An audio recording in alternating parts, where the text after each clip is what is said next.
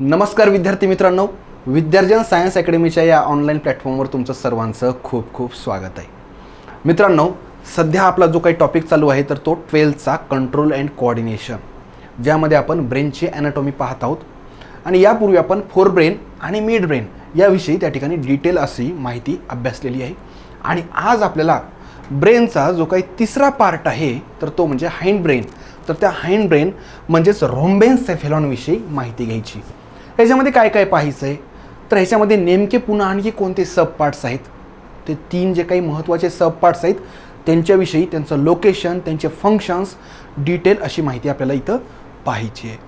तर पुन्हा एकदा आपला हा जो चार्ट आहे तर तो अभ्यासूया.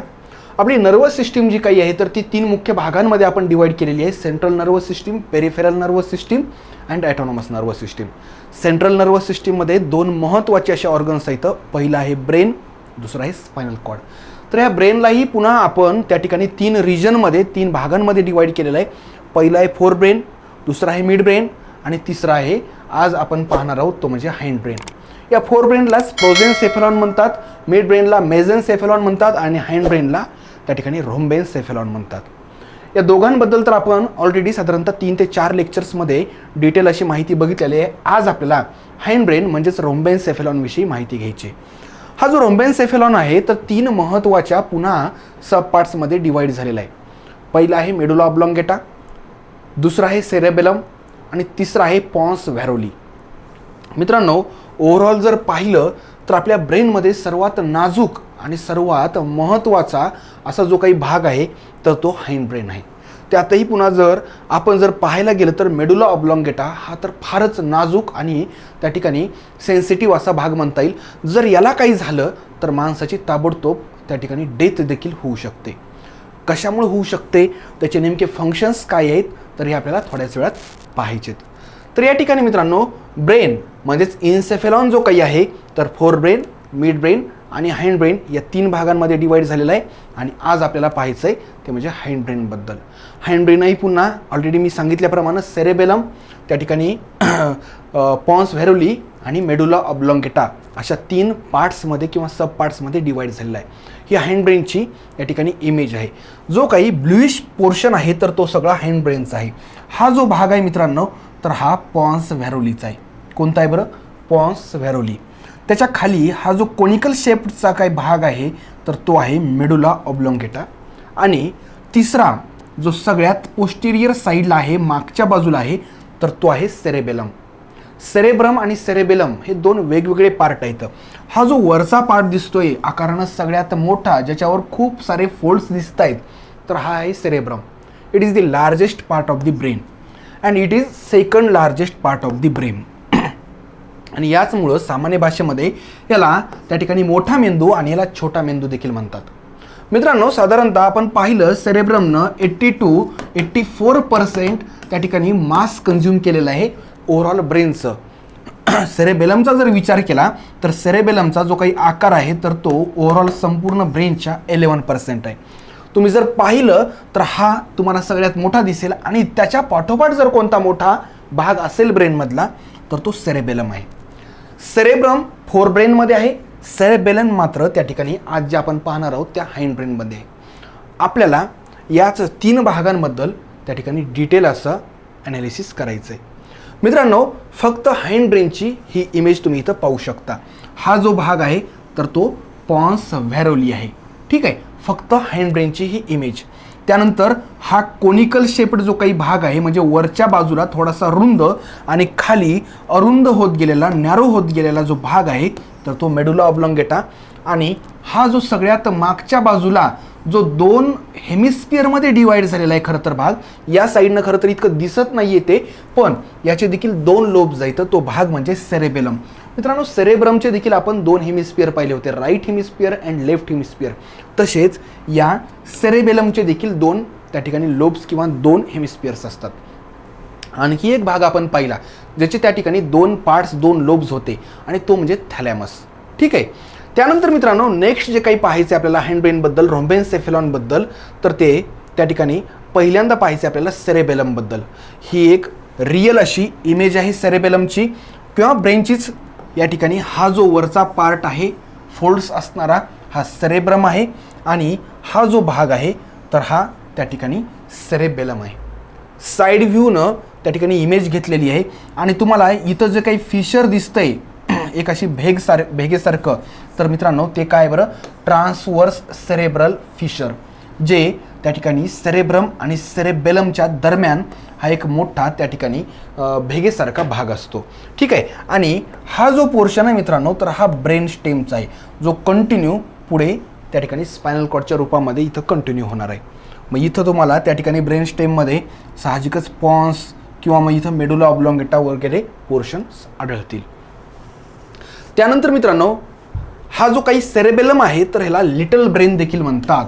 कशामुळं ते देखील सांगितलं. It is the second largest part of the brain, the second largest part of the brain. त्यानंतर कन्सिस्ट ऑफ 2 सेरेबेलार हेमिस्फिअर्स. मी तुम्हाला ऑलरेडी म्हटलं होतं, जसे सेरेब्रमचे 2 हेमिस्फिअर्स असतात, 2 लोब्स असतात, तसेच या ठिकाणी या सेरेबेलमचे देखील 2 हेमिस्फिअर्स असतात. आणि हे 2 हेमिस्फिअर्स एकमेकांना ज्या मसल्सनं, ज्या नर्वस टिश्यूनं कनेक्ट झालेले असतात त्यालाच त्या ठिकाणी सेंट्रल वर्मिस म्हणतात. जसं आपण सेरेब्रमच्या बाबत देखील पाहिलं होतं, त्या ठिकाणी कॉर्पस कॅलोझम नावाचं त्या ठिकाणी एक ऑर्गन होता, भाग होता, ज्या माध्यमातून ते 2 हेमिस्फिअर्स कनेक्ट झाले होते. तसं इथं काय आहे बरं, तर वर्मिस आहे. तर या ठिकाणी एक 3D अशी इमेज आहे, ॲनिमेशन असणारी इमेज आहे, ज्या माध्यमातून तुम्हाला या सेरेबेलमचं एक्झॅक्ट लोकेशन कळेल. पोस्टिरियर रिजन आणि 2 तुम्हाला लोब्स देखील तिथं दिसत असतील आणि मधला त्या दोघांना जॉईन करणारा त्या ठिकाणी वर्मिस देखील तुम्हाला दिसत असेल. ठीक आहे. तर या ठिकाणी मित्रांनो each cerebellar hemisphere consist of 3 lobes. पुन्हा याच्यामध्ये 3 लोब्स असतात, 2 हेमिस्फिअर्स असतात, पण त्या ठिकाणी पुन्हा त्याचे लोब्स कसे पडतात तर एंटेरियर टू पोस्टेरियर ह्याचे लोब पडतात. पहिला आहे एंटेरियर लोब, सेकंड जो असणार आहे तर तो पोस्टेरियर लोब आहे आणि त्यानंतरचा जो आहे तर तो फ्लॉक्युलर लोब आहे. ठीक आहे. Anterior, posterior and floccular. सगळ्यात मागच्या बाजूला जो आहे तर तो फ्लॅक्युलर आहे, त्यानंतर त्याच्या दोघांच्या मध्ये जो आहे तर तो पोस्टेरियर आणि सगळ्यात आतच्या बाजूला जो पॉन्सच्या बाजूला आहे तर तो म्हणजे एंटेरियर लोब. ठीक आहे. आता याचं लोकेशन कुठं आहे तर बिहाइंड 4th व्हेंट्रिकल. आता तुम्हाला प्रश्न पडू शकतो की आता हे व्हेंट्रिकल काय प्रकार आहे. मित्रांनो आपल्या ब्रेनमध्ये 4 व्हेंट्रिकल्स असतात. 2 व्हेंट्रिकल्स कुठं असतात तर 2 सेरेब्रमचे जे काही हेमिस्फिअर्स असतात त्यांच्यामध्ये, ज्याला लॅटरल व्हेंट्रिकल्स देखील म्हणतात. त्यानंतर 3rd व्हेंट्रिकल कुठं असतं, कॉर्पस कॅलोझमच्या अगदी लगत, म्हणजेच त्या ठिकाणी जे काही थॅलेमस असतं, थॅलेमस 2 थॅलेमसचे जे काही हेमिस्फिअर्स असतात तर ते थॅलेमसचे हेमिस्फिअर्स त्या ठिकाणी मधल्या एका त्या ठिकाणी इंटरथॅलेमिक ॲडेशननं कनेक्ट झालेले असतात आणि मग त्या 2 इंटरथॅलेमिक ॲडेशनच्या दरम्यान, आता हे इंटरथॅलेमिक ॲडिशन जर म्हटलं तर या ठिकाणी एक व्हेंट्रिकल असतो, म्हणजेच एक पोकळी असते. लक्षात आलं का. हे एक हेमिस्फिअर थॅलेमसचं, हे एक हेमिस्फिअर आणि हे जे काही आहे तर इंटरथॅलेमिक ॲडिशन जे या 2 थॅलेमसच्या हेमिस्फिअरला कनेक्ट करत असतं आणि ही जी काही पोकळी आहे इथं तर त्यालाच त्या ठिकाणी 3rd व्हेंट्रिकल म्हणतात मित्रांनो.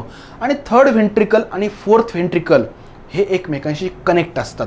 4th व्हेंट्रिकल कुठं असतं, 4th व्हेंट्रिकल मित्रांनो या ठिकाणी असतं, साधारणतः या ठिकाणी. म्हणजे हा पहा सेरेबेलम आहे हा, त्यानंतर इथं काय आहे तर पॉन्स आहे आणि पॉन्स आणि सेरेबेलम आणि इथं खाली लगत काय आहे बरं तर हा मेडुला ऑब्लॉंगेटा.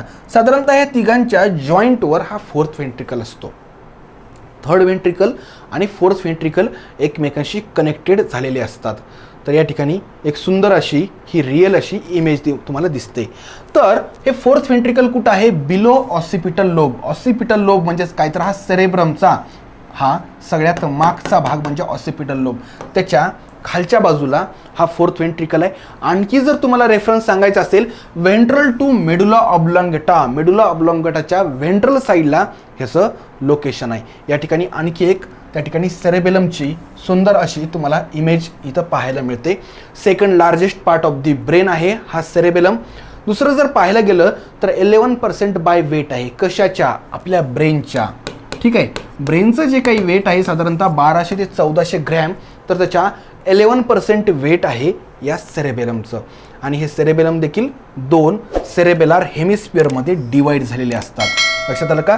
जे कशानं कनेक्ट झालेले असतात एकमेकांशी, तर मेडियन वर्मिस किंवा वर्मिसनं कनेक्ट झालेले असतात. याच्यावर फोल्ड्स असतात का, तर तुम्हाला स्पष्टपणे दिसत असेल. जसे सेरेब्रमवर फोल्ड्स होते, तर त्याच पद्धतीच्या फोल्ड्स ह्याच्यावर देखील दिसतात. फक्त एवढंच आहे की ह्याच्यावरच्या फोल्ड्स, ह्याच्यावरचे खड्डे म्हणजेच जे काही उंचवटे किंवा खड्डे असतात, तर ते एवढे जास्त नाही आहेत जेवढे सेरेब्रमवर होते. पण यावर देखील खडबडीत भाग असतो आणि त्यालाच फोलिया म्हणतात. यावरचे जे काही फोल्ड्स आहेत तर त्याला काय म्हणतात मित्रांनो? फोलिया. ठीक आहे. तिथं जे काही पाहिले होते आपण सेरेब्रमवर, तर जे काही उंच ओटे होते, इलिव्हेशन्स होते, त्याला गायरी म्हटलं होतं आणि जे खड्डे होते त्याला सलकाय म्हटलं होतं. आणि जे जास्त खोल असे खड्डे होते तर त्याला फिशर्स म्हटलं होतं.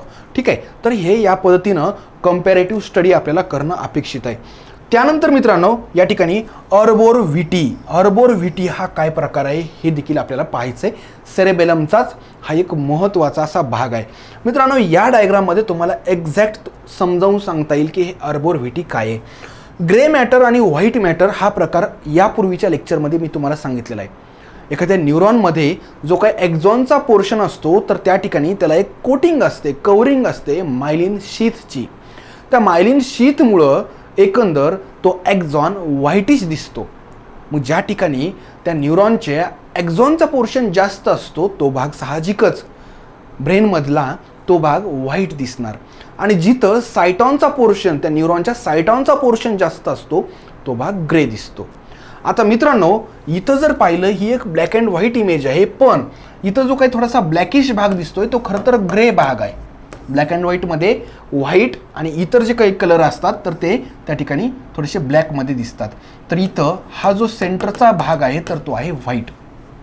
एकंदर ही एवढी जी काही या ठिकाणी डायग्राम आहे ना मित्रांनो, ही डायग्राम तर ही आहे सेरेबेलमची. या सेरेबेलमच्या आतल्या भागामध्ये जर तुम्ही पाहिलं तर हे पांढऱ्या रंगाचा जो काही भाग आहे तर त्यानं अक्षरशः एखाद्या प्लॅन्टच्या ब्रँचेससारख्या अशा ब्रँचेससारखा भाग त्यानं तयार केलेला आहे. तुम्ही पाहू शकता मित्रांनो. तर ह्यालाच काय म्हणतात, तर या पांढऱ्या भागालाच म्हणतात अर्बोरव्हिटी. मित्रांनो अर्बोरव्हिटीमध्ये काय असतं तर हा व्हाईट भाग असतो, त्यालाच व्हाईट मॅटर म्हणतात. मग उरलेला जो पोर्शन आहे तर तो साहजिकच ग्रे मॅटर आहे. लक्षात आलं का मित्रांनो? आता हा जर सगळा जर भाग बघितला व्हाईट मॅटर तर तुम्हाला एखाद्या ट्री सारखा दिसेल. आणि या अर्बोरव्हिटीचा अर्थच होतो ट्री ऑफ लाईफ. ठीक आहे. याला काय म्हणतात बरं? Tree of life. अतिशय म्हणजे सुयोग्य असं नाव आहे मित्रांनो. The branching tree like core of cerebellum inner white matter is called as the arbor vitae, the tree of life. ठीक आहे. त्यानंतर या ठिकाणी नेक्स्ट पॉईंट आहे the arbor vitae is surrounded by cerebellar cortex. मित्रांनो साहजिकच आतला जो भाग आहे तर तो मेडुलाचा असतो आणि बाहेरचा जो काही भाग आहे या ठिकाणी जो ग्रे भाग आहे तर तो कॉर्टेक्स असतो. ठीक आहे. आपण सेरेब्रमच्या बाबत देखील बघितलेलं आहे, cerebral cortex and cerebral medulla. ठीक आहे. तर बाहेरचा जो पोर्शन आहे जो ग्रे मॅटरचा बनलेला आहे तर तो सेरेबेलर कॉर्टेक्स आहे. नेक्स्ट आणखी एक इमेज आहे ज्या ठिकाणी ब्रेनची एक त्या ठिकाणी व्हेंट्रल असा व्ह्यू घेतलेला आहे. आता इथं काय केलेलं आहे मित्रांनो, हे जे आहे तर हे ब्रेन स्टेम आहे. हे एवढा पोर्शन जो आहे तर तो ब्रेन स्टेम म्हणजे एकंदर हा भाग पॉन्सचा आहे आणि हा जो भाग आहे मेडुला ऑब्लॉंगेटाचा आहे. ब्रेनची खालून इमेज घेतलेली आहे. तुम्ही म्हणाल सेरेबेलम कुठं गेलं? मित्रांनो सेरेबेलम हेही आहे आणि हे देखील आहे. असं कशामुळे दिसायले? असं ह्याच्यामुळे दिसायले कारण हे वर्मिस जे असतं दोन हे हेमिस्फिअर्स कनेक्ट करणारं ते कट केलेलं आहे. नाहीतर हे जे आहे तर हे दोन्ही एकमेकांना चिटकलेले असतात. लक्षात आलं का? हे दोन हेमिस्फिअर सेरेबेलमचे जे आहेत तर हे एकमेकांना चिटकलेले असतात. हे वर्मिस जे काही आहे तर इथं कट केलेलं आहे. इथंही तुम्हाला स्पष्टपणे दिसत असेल जो सेंट्रल भाग आहे मित्रांनो तर तो कसा आहे बरं? व्हाईट आहे आणि बाजूचा भाग जो काही आहे तर तो ग्रे कलरमध्ये आहे. ठीक आहे. त्यानंतर त्या ठिकाणी फंक्शन्स बघूया. सेरेबेलमचे फंक्शन्स काय करतं? Coordinates voluntary muscular movements. Voluntary muscular movements या शब्दाचा फार महत्त्वाचा इथं अर्थ आहे. व्हॉलंटरी म्हणजे ऐच्छिक. काय बरं? ऐच्छिक. आणि मस्क्युलर म्हणजेच काय? स्नायुमय. म्हणजेच जे काही स्केलेटल मसल्स असतात मित्रांनो, त्या स्केलेटल मसल्सच्या माध्यमातून आपल्या हालचाली शक्य होत असतात आणि त्या स्केलेटल मसल्सवर नियंत्रण या सेरेबेलमचं असतं. त्यानंतर centre for controlling and coordination of locomotor movements equilibrium. Equilibrium म्हणजेच काय तर बॅलन्स. इक्विलिब्रियम म्हणजेच काय बरं? बॅलन्स. म्हणजेच आपलं चालणं, आपलं धावणं, आपलं त्या ठिकाणी थांबणं. तर या सगळ्या क्रियांसाठी एक प्रकारचं बॅलन्स आवश्यक असतं, इक्विलिब्रियम आवश्यक असतं आणि नेमकं ते त्या ठिकाणी या सेरेबेलमच्या माध्यमातून कंट्रोल केलं जातं. ठीक आहे. त्याच्यानंतरचा पॉईंट आहे controls the activities like walking, running, working and even speaking. म्हणजेच या वॉकिंग, रनिंग किंवा त्या ठिकाणी वर्किंगसाठी तर तुम्हाला बॅलन्स आवश्यकच असतं, पण त्यासोबतच मित्रांनो त्या ठिकाणी इवन बोलण्यासारख्या क्रियेसाठी देखील तुम्हाला एक प्रकारचं बॅलन्स किंवा सेरेबेलमची मदत घ्यावी लागते. इथं आणखी एका इमेजच्या माध्यमातून तुम्हाला इथं समजून जाईल. हा जो पोर्शन आहे तर हा 2 लोब्स किंवा 2 हेमिस्फिअर जोडणारा वर्मिसचा पोर्शन आहे. आता इकडच्या भागामध्ये काय आहे तर पॉन्स वगैरे आहे. ठीक आहे. मग आता पॉन्सच्या लगतचा जो काही पोर्शन आहे तर तो एंटेरियर लोबचा आहे आणि पॉन्सपासून दूरचा जो काही पोर्शन आहे तर तो पोस्टिरियर लोबचा आहे आणि सगळ्यात दूरचा जो काही आहे तर तो फ्लॅक्युलर लोबचा आहे. इथं फक्त त्या ठिकाणी एंटेरियर लोब आणि पोस्टिरियर लोब एवढं दाखवलेलं आहे. म्हणजे प्रत्येक हेमिस्फिअरमध्ये एंटेरियर, पोस्टेरियर आणि फ्लॅक्युलर लोब असणार. ठीक आहे. त्यानंतर मित्रांनो त्या ठिकाणी रोम्बेनसेफेलॉनचा आणखी एक महत्त्वाचं काय तर डेली लाईफमध्येही आपण पाहतो जेव्हा एखादा व्यक्ती ड्रिंकिंग करतो, दारू पितो, तेव्हा त्याच्या कोणत्या भागावर इफेक्ट पडतो असंही कधीकधी प्रश्न विचारलेला आहे. ठीक आहे. तर साहजिकच जे काही दारू पिणारे लोक असतात त्यांचं बॅलन्स बिघडतं मित्रांनो. ते कशा पद्धतीनं चालतात हेही तुम्हाला माहिती आहे. ठीक आहे. आणि शेवटी कधीकधी तर वाईट अवस्था म्हणजे नालीमध्ये देखील त्यांचा कधीकधी तोल जातो, कधीकधी ते बिचारी नालीमध्येच पडून राहतात. कधीकधी ट्रॅफिक पोलीस जे काही असतात त्यांच्याकडं त्या ठिकाणी एखाद्या व्यक्तीनं दारू पिली का नाही, म्हणजे अल्कोहोल आहे का नाही त्याच्या ब्लडमध्ये हे चेक करणारी मशीन जर नसेल तर ते एक देशी जुगाड वापरतात ट्रॅफिक पोलीस. त्यांनी काय करतात बरं तर त्यांनी त्या व्यक्तीला एका पायावर उभा राहायला सांगतात. ठीक आहे. की बाबा तू एका पायावर उभा राहा. जर एखाद्या व्यक्तीनं जर दारू पिलेली नसेल तर तो राहू शकतो, पण दारू पिलेली असेल तर मग मात्र त्याला ही साधी गोष्ट देखील जमत नाही. आणखी एक साधी सोपी कृती त्यांनी करायला सांगतात ते म्हणजे बोट नाकाला लाव. ठीक आहे. तुझं बोट काय कर, नाकाला लाव. दारू पिलेल्या व्यक्तीला ही साधी गोष्ट देखील जमत नाही आणि त्याच्यामधून आपण ढोबळपणे निष्कर्ष काढू शकतो की यानं घेतलेली आहे. ठीक आहे. त्यानंतर सेरेबेलमचं फंक्शन तर आपण पाहिलं. आता आपल्याला जो काही दुसरा भाग पाहायचा आहे तो आहे पॉन्स व्हेरोली. मित्रांनो, हँड ब्रेनचा एक महत्त्वाचा असा भाग या इमेजमध्ये तुम्हाला स्पष्टपणे दिसू शकतो. हा जो पोर्शन आहे तर तो कोणता आहे बरं? पॉन्स व्हेरोली. तर या ठिकाणी मित्रांनो त्याच्या खालचा हा जो काही भाग आहे तर मेडुला ऑब्लॉंगेटा आहे आणि इथं त्याच्या खाली मग स्पायनल कॉर्ड चालू होईल. इथं हे जे काही येतं तर 2 त्या ठिकाणी थॅलॅमसचे हेमिस्फिअर्स आहेत. हे काय आहेत बरं?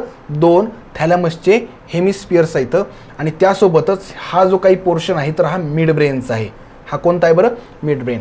म्हणजे एकंदर त्या ठिकाणी एका पर्टिक्युलर साईडनं म्हणजे त्या ठिकाणी समोरच्या साईडनं इमेज घेतल्यामुळं या ठिकाणी आपल्याला या पद्धतीने ही इमेज दिसते. अन्यथा आपण सहसा साईड व्ह्यूमधून ब्रेनला पाहिलेलं असतं. थोडंसं तुम्हाला ही वेगळी वाटू शकते इमेज.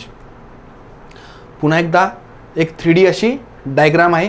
त्याच्यानंतर मित्रांनो ह्याचं पोझिशन, पॉन्स व्हेरोलीचे position, second part of the brain stem. Brain stem जर पाहिलं तर 3 महत्त्वाच्या पार्टपासून बनलेला असतो.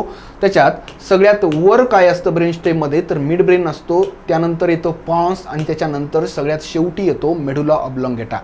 तर हा जो काही पॉन्स आहे तर हा त्या ठिकाणी वरतून किंवा खालतून सेकंड पोझिशनला आहे. कोणाच्या खाली आहे तर इथं मिड ब्रेनच्या खाली आहे. मिड ब्रेनच्या त्याचं लोकेशन कुठं आहे बरं तर खाली आहे आणि मेडुला ऑब्लॉंगेटाच्या कुठं आहे? वर आहे. एकंदर रेफरन्स तुम्हाला सांगितलेला आहे. ब्रेन स्टेममधला हा 2ऱ्या क्रमांकाचा भाग आहे.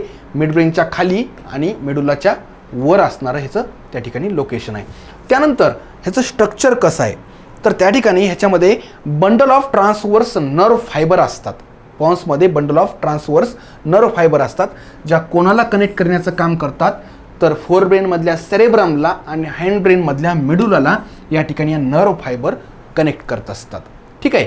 त्यानंतर व्हाईट मॅटर ही फार महत्त्वाचं आहे. आपण सेरेबेलममध्ये पाहिलं व्हाईट मॅटर सेंटरला होतं आणि ग्रे मॅटर आउटसाईडला होतं कॉर्टेक्सच्या रिजनमध्ये.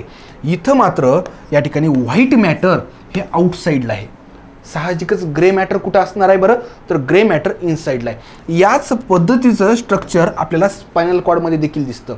स्पायनल कॉर्डमध्ये देखील ग्रे मॅटर आतल्या बाजूला असतं आणि व्हाईट मॅटर बाहेरच्या बाजूला असतं. जाणीवपूर्वक ह्या गोष्टी आपल्याला लक्षात ठेवावं लागेल.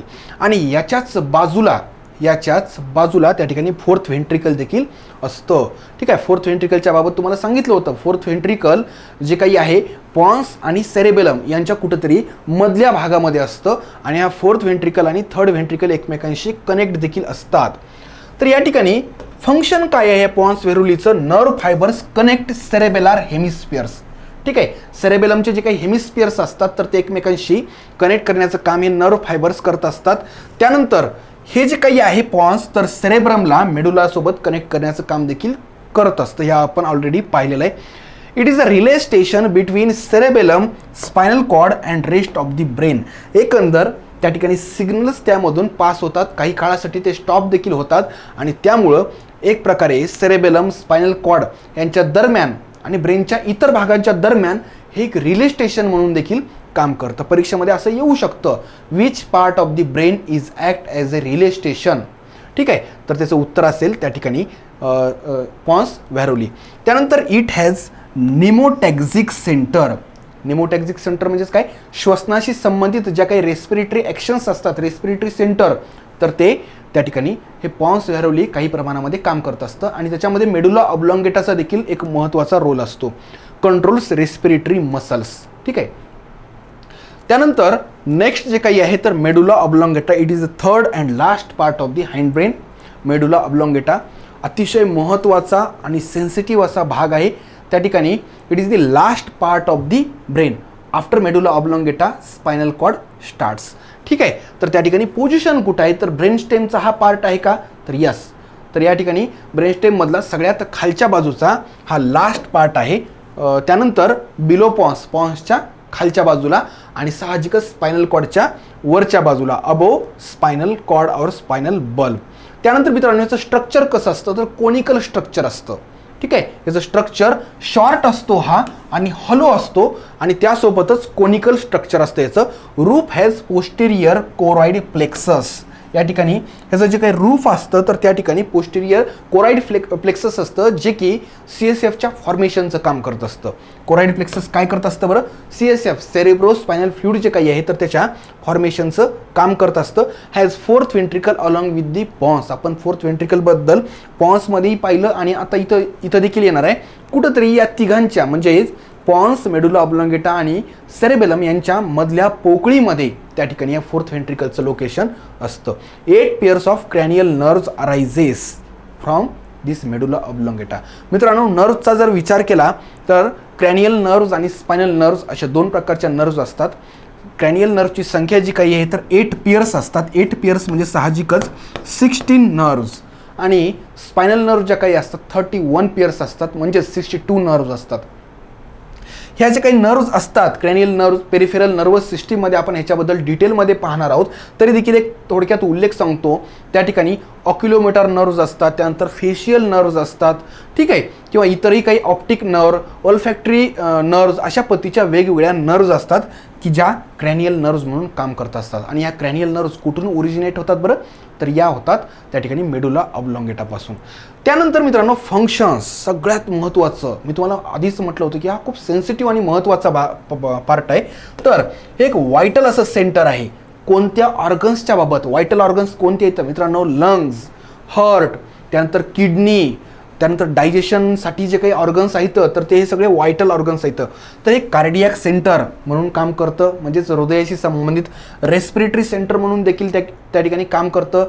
त्यानंतर त्या ठिकाणी वॅसोमोटार सेंटर म्हणजेच आपलं जे काही ब्लड प्रेशर असतं आपल्या ब्लड कॅपिलरीजमध्ये किंवा ब्लड व्हेसल्समध्ये तर ते त्या ठिकाणी वॅसोमोटार सेंटरच्या माध्यमातून नियंत्रित केलं जातं. आणि हे वॅसोमोटार सेंटर म्हणून कोण काम करायलंय तर मेडुला ऑब्लॉंगेटा. त्यानंतर गॅस्ट्रिक सेंटर म्हणजे जे काही आपलं डायजेशनच्या बाबत किंवा स्टमक स्टमकच्या बाबत जे काही सेंटर आहे तर ते त्याच्यावर नियंत्रण ठेवणारं म्हणजे आपलं मेडुला ऑब्लॉंगेटाचं आहे.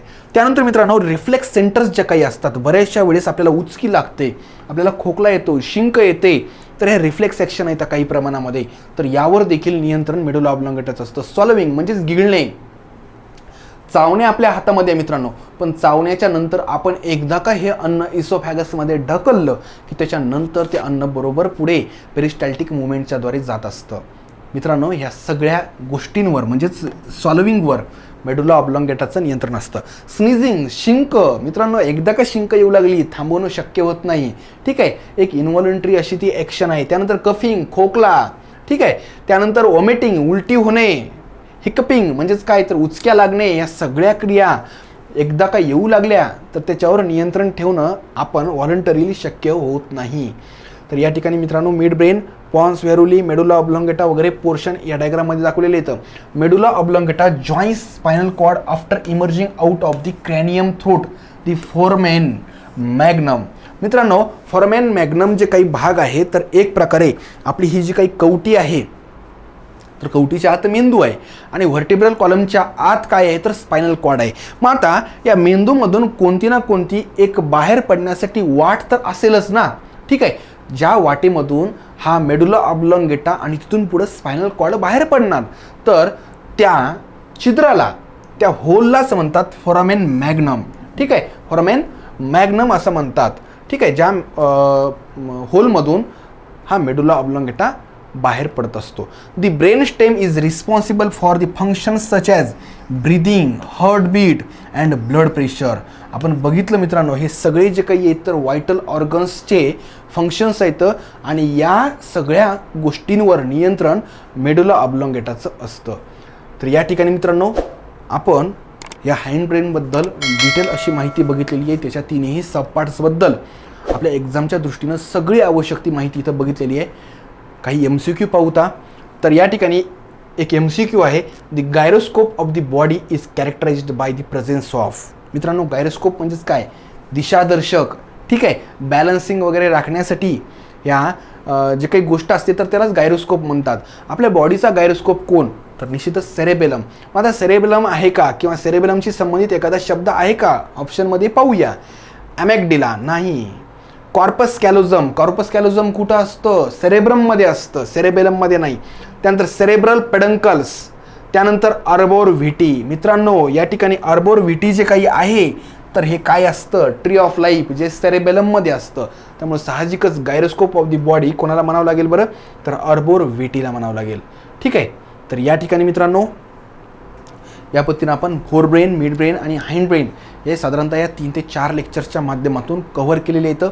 याच्यानंतरच्या जे काही लेक्चर्स असणार आहेत तर त्याच्यामध्ये जे काही ब्रेनमधले वेगवेगळे व्हेंट्रिकल्स आहेत त्यांच्याबद्दल आपल्याला पाहायचं आहे. त्यानंतर पेरिफेरल नर्वस सिस्टीमबद्दल पाहायचं आहे. त्याच्यामध्ये मग क्रॅनियल नर्व्स कशा पद्धतीनं काम करतात, त्याच्यानंतर ज्या काही स्पायनल नर्व्स आहेत त्या कशा काम करतात हे पाहायचं आहे. आणखी एक महत्त्वाचं लेक्चर होणार आहे आणि ते म्हणजे कोणतं तर मित्रांनो आपला जो स्पायनल कॉर्ड आहे, जो CNSचाच भाग आहे, त्याबद्दल देखील आपलं एक सेपरेट असं लेक्चर त्या ठिकाणी असेल. मित्रांनो मी आशा करतो की थोडासा गुंतागुंतीचा वाटणारा हा जो काही भाग आहे तर मी सोप्या भाषेमध्ये तुम्हाला समजावून सांगण्यात यशस्वी ठरलेलो आहे. तरी देखील तुमच्या जर काही अडचणी असतील, शंका असतील तर तुम्ही निश्चितच आमच्याशी संपर्क साधू शकता. मित्रांनो लवकरच आपली पुढच्या लेक्चरच्या निमित्तानं भेट होईलच. तोपर्यंत खूप खूप धन्यवाद.